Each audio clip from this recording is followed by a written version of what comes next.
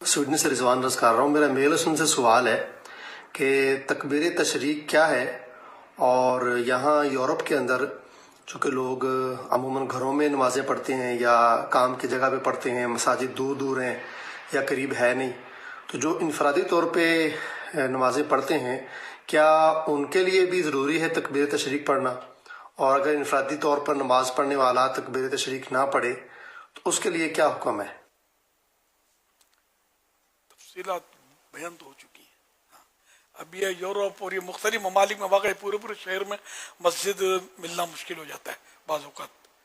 تو اس میں یہ کہ جو جماعت کے ساتھ جو مسجد میں نماز ہوتی ہے جماعت مسنونہ کے ساتھ، تو اس میں تو تکبیر تشریق ایک مرتبہ یعنی سلام پھیرتے ہی ایک مرتبہ تو بلند آواز سے واجب ہے. 3 مرتبہ مزید جو 2 باقی رہیں گے ان کو بھی بلند آواز سے پڑھے، یہ مستحب ہے، اچھا ہے کہ پڑھ لے. اور جو بغیر جماعت کے پڑھتا ہے تو ان کے لیے واجب نہیں ہے، بلکہ بہتر ہے کہ یہ بھی تکبیریں کہہ لے. عورت کے لیے بھی بہتر ہے کیونکہ وہ تو جماعت ان پر تو ہے نہیں، تو وہ بہتر ہے کہ وہ تکبیر تشریق پڑھے فرضوں کے بعد. اپنے سوال کرنے والے کو پہچانا؟ غور نہیں کیا میں نے. اب بیرون ملک جا رہے تھے اور ایئرپورٹ پر آپ کو ایک اسلام بھائی ملے تھے یورپ کے،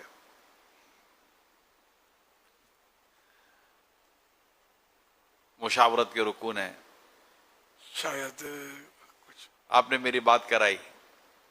میں نے جب آپ کو کال کی تھی کراچی مطار پر، اور انہوں نے 12 ماہ کی نیت کی تھی.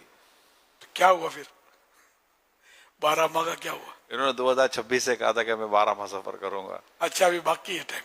ابھی بھی یہ ہے ماشاءاللہ تنظیمی ذمہ داری پر اور سفر میں ہوتے ہیں، چھٹیاں لے کر وداؤٹ پیمنٹ، کچھ نہ کچھ جدول مالیات کے ذمہ دار ہیں الحمدللہ اپنے یورپ مشاورت کے. ماشاءاللہ. مگر میں نے ان کو بھی یاد دلایا تھا، ان سے کچھ بات چیت ہوئی تھی اور ماشاءاللہ ان کا بھی وہ نکال آیا تھا کیونکہ آپ کی تھوڑی فلائٹ لیٹ ہو گئی تھی، تو یہ کہا اب بیٹھے ہیں چلو.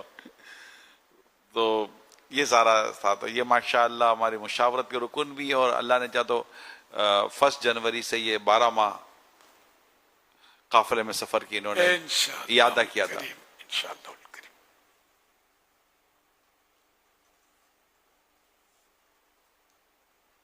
اب یہ الگ بات ہے کہ رضوان بھائی کا یوں تذکرہ ہوا ہے، تو اگر یہ بڑھا دیں گے تو کر دیں. ہم ان کے اوپر چھوڑ سکتے ہیں ہم. اللہ اللہ. صلو علی الحبیب صلی اللہ علیہ محمد.